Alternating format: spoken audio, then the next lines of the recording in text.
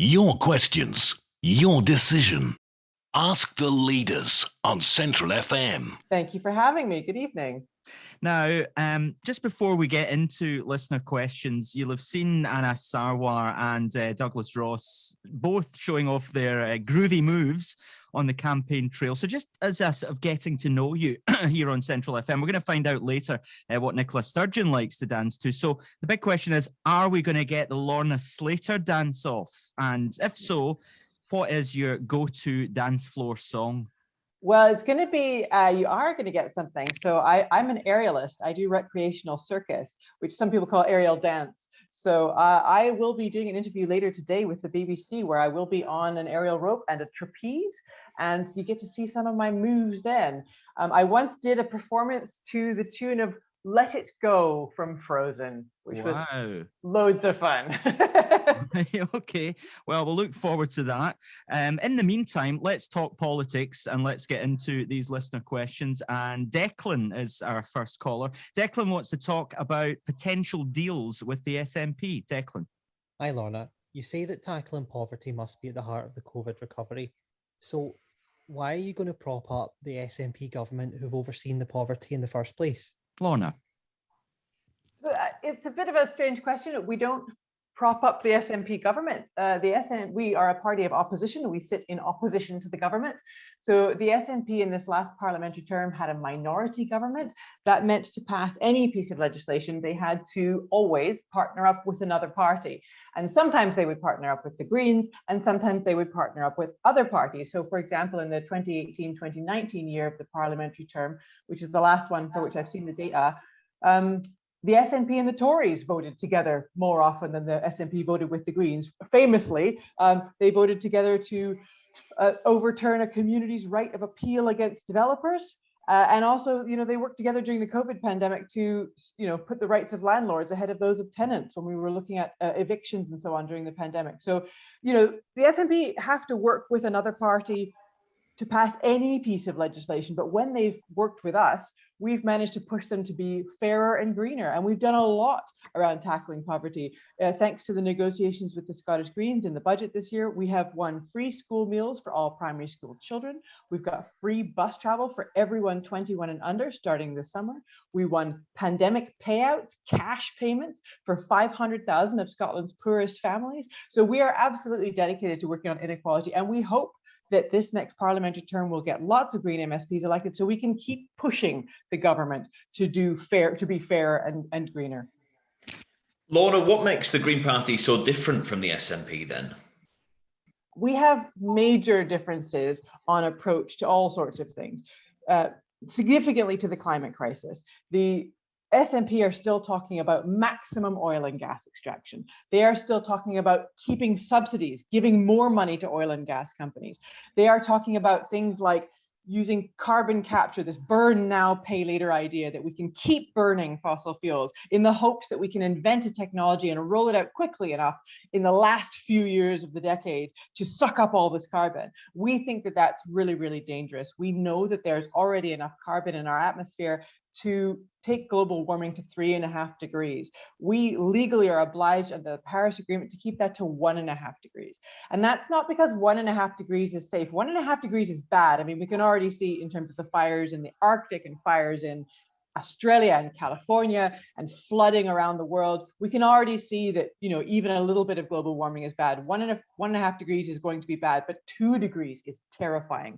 And 3.5 degrees is a sort of apocalyptic stuff where you've got cities underwater, massive movement of people, refugee camps, in Scotland and stuff as all these coastal cities flood. That's a bad situation. So the approach that we must take to climate, the only responsible and sensible approach, is to start reducing our emissions now, a little bit every year. Unfortunately, we didn't start soon enough, so it's going to have to be pretty dramatic, about 10% a year over the next decade. Fortunately, this is something we can do with technology that we already have. And that's what you'll find in the Scottish Greens Manifesto is costed practical policies using technology that already exists. So things like upgrading our railways. We've got a costed plan, which we call Rail for All, which is a £22 billion plan over 20 years to upgrade our railways to make them more like railways in Europe so that everyone in Scotland has access to affordable, reliable railways, which will not only improve everyone's quality of life, create tens of thousands of jobs, but also reduce our emissions. Okay, thank you. Let's move on. Mags, what's your point for Lorna? Hi, Lorna. As you know, the SNP have been cutting funding for drug and alcohol services, resulting in Scotland having the worst death rate in Europe. What are your own ideas to reduce the drug death numbers in Scotland through rehabilitation and supporting users? And has your unfaltering support of the government's budget year after year been adding to the problem? Lorna Slater. I agree that the drug deaths in Scotland is an absolute scandal. It is a national scandal, and it's something that we need to do something about. We would like to see a public health approach, a rehabilitation approach. Scotland actually has a really good record of these sorts of things with our minimum alcohol pricing. Our approach to knife crime has been really successful, so successful that other countries come and look at how we've achieved it. And I think we need something similar with the drug situation. Of course, our hands are a little bit tied because the Misuse of Drug Act is a UK-wide law. So drugs management of drugs is not a devolved matter. So that is reserved to Westminster, and Westminster have said they are not interested in re-looking at the Misuse of Drugs Act. That sort of embeds the war on drugs, criminalizing drugs, for example, in law. And they're not, it's 50 years old, it's out of date. The war on drugs has failed. We need to treat people who use drugs in a problem way as a health problem, not as criminals. But we are recommending that the Scottish government, in our manifesto, we're recommending that the Scottish government push the boundaries of what's allowed. So we would like to see, safe consumption rooms. But at the moment, if we opened a safe consumption room, the people, the healthcare workers who work there would be considered criminals, and they would be locked in jail. So we would like to ask the Scottish government to, get the is it the Advocate General, whoever the most senior advocate is, to waive that prosecution, to allow healthcare workers to essentially break UK law, but in order to save Scottish lives. And that's how we'd like to see the Scottish government push the envelope on that one. But I mean, the other answer is that, of course, as an independent country, we could implement our own drugs law, and we could repeal that Misuse of Drugs Act, which currently makes drugs criminal and which puts so many lives in danger. Okay, hopefully that's answered your question there, Mags. Who's next with their question for Lorna Slater? Karen. Hi, Lorna. My name's Karen Torrance, and I'd like you to try to explain why it is that you're standing in marginal constituencies. If you want to maximise independence, surely you should be standing in the lists only. Lorna. So you'll find our manifesto is 90 pages long, and it covers all sorts of topics like the green recovery, like education, like healthcare, industry, green revolution, the arts, human rights. Independence for us is one piece of the puzzle. Nearly everything in our manifesto can be implemented as we are with the current constitutional arrangement, although we think we could do better and more as an independent country. We are not a one policy party. We think all of these things are important, and we are also an opposition party. We sit in opposition to the SNP, and we will stand in as many constituencies as we can, to be honest. As a political party, we're trying to win the most seats, like every party is. And for us, that means standing on the list, certainly, and standing in as many constituencies as we can afford to. Our political system is quite challenging for small parties, because if we don't achieve a certain percentage of the vote, we lose our £500 deposit. So what happens in elections is the big parties put forward this money and they win their deposits back. So they come into the election kind of square, or neutral. If a small party stands in every seat, we lose our deposit. So we lose thousands and thousands of pounds. So we come into each election kind of weakened, if you like. So the system is really set up to make life easier for big parties and harder for small parties. So we stand in as many as we can afford to, and we will continue to, because we think a green vision for Scotland is really important. And we think that our vision, even for an independent Scotland, is quite different from what the SNP's vision is. And we think it's important that people have that option. Lorna, what would you count as a successful election? A successful election would be, well, and we are polling for a very successful election, so I'm very excited about it. A successful election for me would be at least one green MSP in every region of Scotland, so that everyone in Scotland has a green MSP to go to. I know our MSPs in the last parliamentary term and all along, actually, we've had green MSPs in the parliament all along, have worked very hard, and I do a lot of casework so that people have a problem in their constituency, maybe with their landlord, for example, or maybe with their job, or maybe with their benefits, they know they can go to their green MSP and get the help they need. Current polling is looking really good. We're looking at getting at least one in every region, possibly 2 in Lothian and Glasgow and Highlands and Islands. I think our best poll had us almost getting 3 in Glasgow and 2 in Mid-Scotland and Fife, which would be amazing. But I think the campaign's gone really well. I think everyone's feeling really buoyed up about it. I think the people of Scotland care about the environment. They care about the kind of future we're building. They like to see the kind of costed practical policies that we have. But now we've got to get the vote out. That's the push, is to remind everyone to please get out and vote next week. Okay, Rachel is on now. Rachel, Lorna Slater is all yours. Hi, Lorna. While the Tories are still in power in the UK, the implementation of the Internal Market Bill means you won't have the cash or powers to do what you wish, because the Westminster government will strip the Scottish Parliament of both. How will you manage your plans for a fairer green recovery without independence? Lorna. So you've highlighted exactly the problem there. The Westminster Tory government is set on undermining the Scottish Parliament. They're taking away our powers, gradually, and even talking about, we said Boris Johnson doesn't really believe in devolution. So they are working in the opposite direction to us. That doesn't mean yet that we are powerless. It means that we want to have an independence referendum basically as soon as we can, as soon as it's safe with COVID, so that we can ask that question of people: do you want power to reside in Westminster, or do you want it to reside in a government of Scotland that we've elected? But there is still stuff that we can do. The Scottish budget, we are proposing an increase to the capital spend on that. So, for example, the current Scottish budget is £6 billion for capital spend. We're proposing £7.5 billion. We have some suggestions about how we might achieve that. Part of it would be through borrowing. It's a good time in the economic cycle to borrow. Even the IMF is suggesting that countries borrow to help us come out of the pandemic and recover, which is good investment. Things like our rail plan, for every pound we invest in that, the economy will see a return of 1.6 pounds. So that's very, very sound investment. But there is actually a lot we can do here with local taxation, even if Westminster refuses to cooperate. Absolutely refuses to cooperate. We're still kind of hopeful they will cooperate a bit and give us a bit more tax powers, because if they want us to stay in the union, they need to give us the tools we need to recover. But that's their call. The SNP had in their manifesto last election, possibly even the last 2, that they would reform council tax and put in place something much more progressive, that they would give councils more revenue raising powers, and they simply haven't done that. And that, for me, is a big area of difference between the Scottish Greens and the SNP, and something that we will fight really hard for is reform of that council tax, reforming of how we fund councils, because every time I talk to people, everyone's so frustrated that councils are struggling so badly for a lack of funds, and it is the matter of the Scottish government giving the councils the power that they need and reforming that council tax to make it fairer.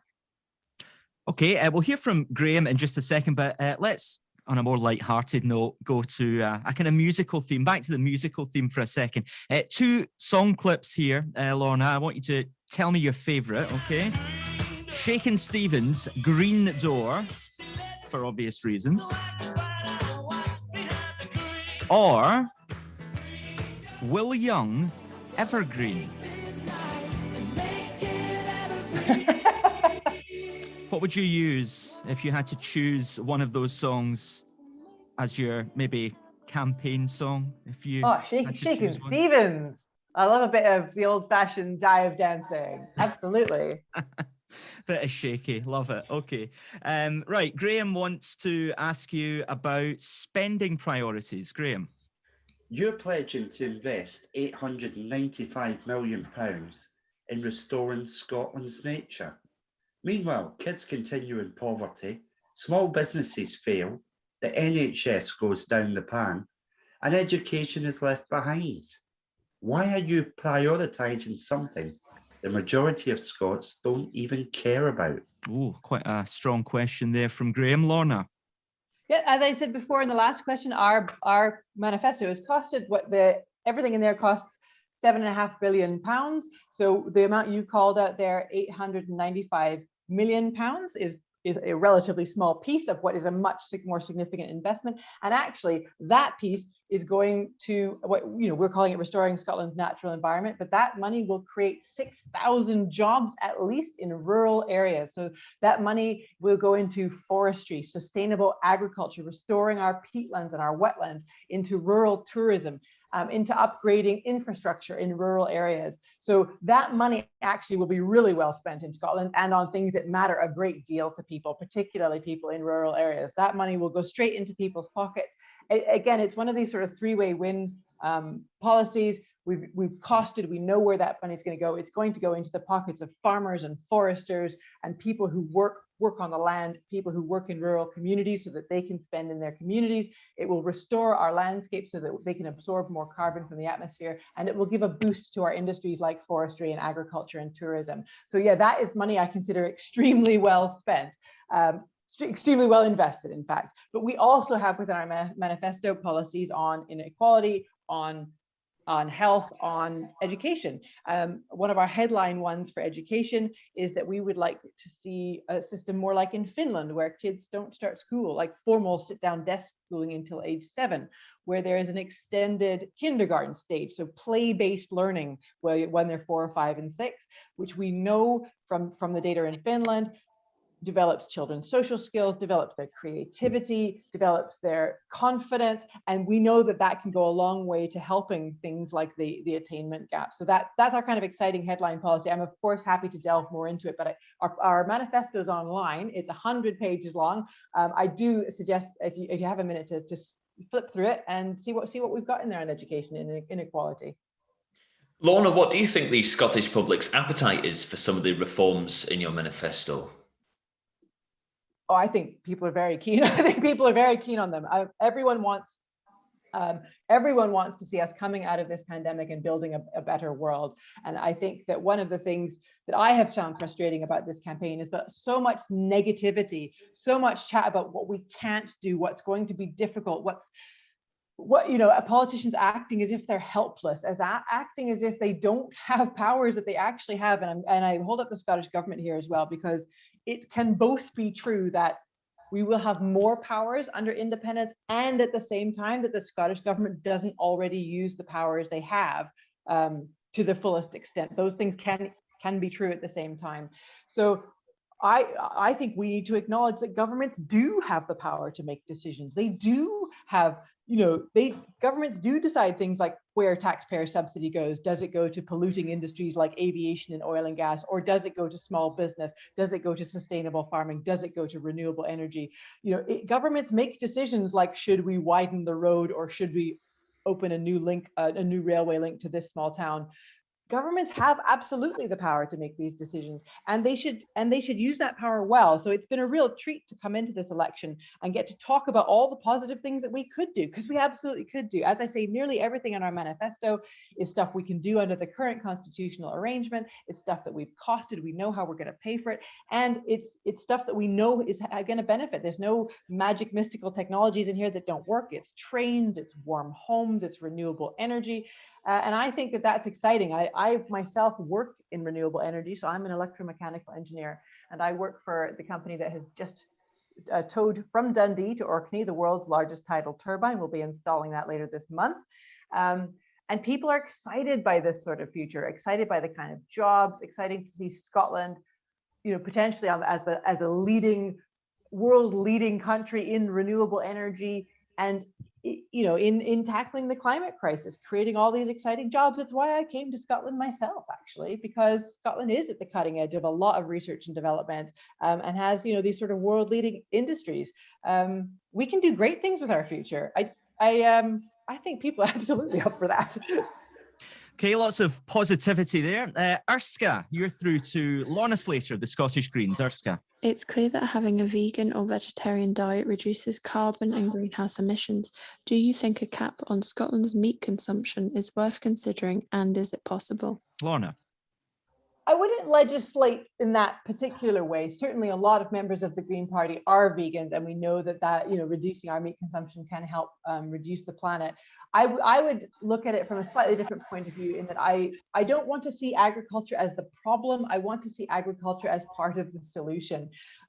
There's been recently a very good paper produced in Scotland called Farming 1.5, I think it's called. You can find it online, which talks about how we can revolutionize food production in Scotland to make it more environmentally sustainable, to help us keep our global warming and our carbon emissions to that 1.5 of the Paris Agreement. So I like to think of sustainable agriculture as part of a bigger picture. But absolutely, I, like many people, have reduced my meat consumption, and I look at my lifestyle too. But I want to emphasize that personal choices, while they're great, by all means, reduce your meat, bicycle more, make those good personal choices. To tackle the climate crisis, we have to make decisions that only governments can make. You as a person don't decide how much concrete gets used in urban planning. You didn't decide to make it so that aviation companies don't have to pay tax on their fuel. You didn't decide to give all that oil, taxpayer subsidy to the oil and gas companies. You didn't decide to build a road instead of a railway. Governments decided all of those things, and only governments can change their decision making there. So the greenest thing you can do is decide who gets to be in government. And that's why the Scottish Greens are asking you to vote like your future depends on it, and think about voting green, because that is the most powerful thing you can do for the environment. Okay, thank you. And thanks for that question, Erska. A couple more here from our listeners. The next comes from Alison in Falkirk. Alison. Hello, Lorna. I really don't want new roads built or even existing roads widened, like the M25 in London, for example, or the M8 in Glasgow, as this would cause even more pollution. So can I ask the Scottish Greens how they would provide affordable, reliable public transport alternatives? Lorna Slater. Thank you. Oh, thanks. Lorna. Thank you. That's a wonderful question. Yes, absolutely. So some countries have even called for a moratorium on road widening and building to help them meet their Paris Agreement obligations. And that's what it's not in our manifesto, but that is what I would like to see, as a moratorium on road widening. I'm not talking about where we need to make roads safer. That's different. Obviously, road safety is very important, but you're absolutely right. Road widening is not on in building new roads, but we have good plans around that. So we've already won in our negotiations with the Scottish Government this year around the budget. Free bus travel for everyone 21 and under. In our manifesto, we would like to extend that to people up to 26. That will normalize the use of bus travel. We also want councils to be able to start their own bus services up, to give councils that power so that they can create bus services, which not only will be a source of local jobs, but a source of revenue, and also, real boost to the economy when people have good local transportation. And of course, our headline investment policy is our Rail for All plan, a £22 billion plan over 20 years to upgrade Scotland's railways, to bring us more in line with other European countries and make sure that everyone in Scotland has reliable, affordable rail travel. I mean, it must be so frustrating for people who live in rural areas, particularly because even in rural areas, not everybody has a car, and certainly not everybody wants to have a car. There's this sort of idea that for some reason rural areas shouldn't have the same public transport provision as urban areas, and that there's no real reason for that. That is merely government decision has decided that those of us who live in cities, and I'm lucky to live in one, get very cheap, inexpensive, reliable public transport, but people in rural areas have to shell out for their own pocket for a car, for MOT, for motor vehicle tax. So they're passing on the costs to you, which is not very fair. So yeah, public transport for everyone. It's one of these great policies: create loads of jobs, reduce everyone's bills and transport costs who is going to use that service, and reduce our emissions significantly. Just on that point, Lorna, even, do you think that Scotland's public transport network is up to standard at the moment? I think it's patchy. I think the privatization of the buses in Glasgow is a sort of textbook example of why privatization of bus services is a shambles. Whereas in Edinburgh, our bus service is partly publicly owned, and it's phenomenal. It's excellent. So it is a bit patchy. I mean, the beaching cuts to the railways that closed down so many lines in rural areas, I think that was just a gutting of Scotland's transport infrastructure. I would like to see all those lines put back. I think rural areas have been really badly served by successive governments who've committed to ever more road building, adding noise and fumes to rural areas, and making rural people have to spend money on cars. Like, that's money that, as a person who lives in a city, I don't have to shell out. It's almost like a sort of tax for living in a rural area. That's, yeah, it's not a way forward. So yeah, I think the people of Scotland have been badly served by a very car-centric culture, and I really hope we can change that. Just before we hear from Elizabeth, I want to just ask you, Lorna, something off the beaten track here, but when you're not taking part in these debates and hustings and doing your day job too, and trying to persuade people to vote Green, of course, what do you do for fun and hobbies? Because we're trying to get to know all of our political leaders a bit better. Obviously, you mentioned aerial dancing.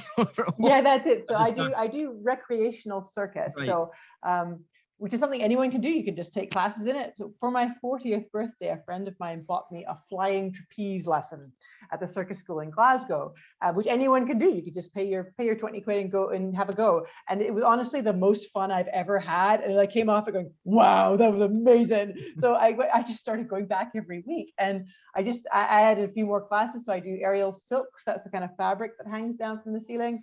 And trapeze, my favorite is doubles trapeze. So that's where a bigger person like me sort of hangs upside down and lifts a small person, and they make beautiful shapes. And of course, we can't do that with COVID. And that's what's been really heartbreaking for me, because before COVID, I was training 10 to 15 hours a week. And even at one point, I was training full time with the circus school in Glasgow.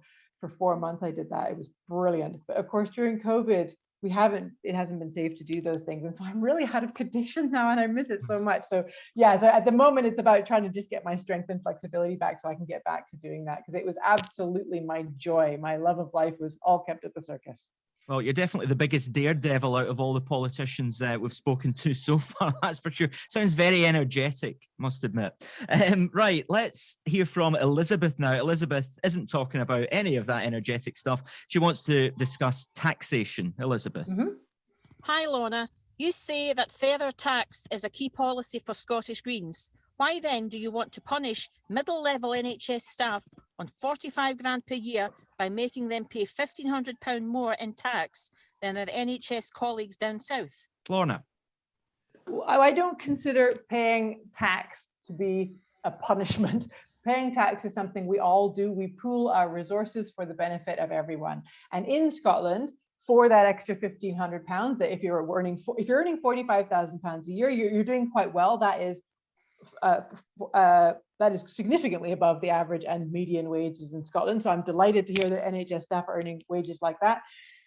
For that £1,500, you get free prescriptions, you get free eye tests, you get, if you're lucky enough to have a baby, you get a baby box, you get free care. There's all sorts of other things that we get in Scotland that they don't get in England as a result of people who earn a bit more paying a little bit more. So I think if you added up all those benefits, you would see that it's worth absolutely more than £1,500 a year. And down in England, they have to pay for their prescriptions, they have to pay for their eye tests and all sorts of other similar things. So I think that actually people in England are looking at us up here in Scotland thinking how lucky we are.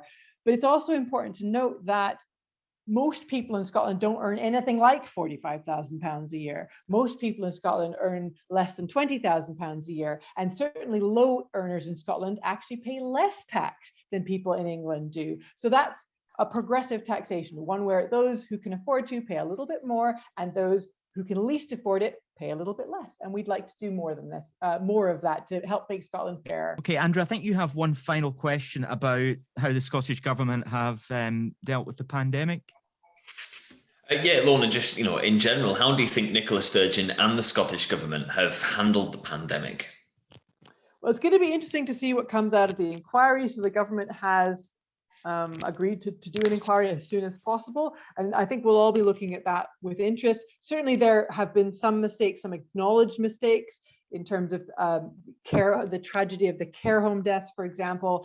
In other ways, I think the Scottish Government did well, and relatively speaking, did save lives with their clear messaging, for example, and with their more cautious approach to lockdown. So I think we'll wait to see the recovery of or the inquiry into that, just to see what they recommend we could have done differently next time, and we can all learn from that. But my feeling in general is that people are pretty happy with how the government handled it, and it's given people something to look at when they saw, the Westminster government with their confused messaging, with their risky approaches to things like, that eat out to help out stuff, which caused the second wave, with their Save Christmas strategy, which caused, the third wave, that they took all along a riskier approach and costed lives, whereas the Scottish government seems to take a more cautious approach, which I do think saved lives here.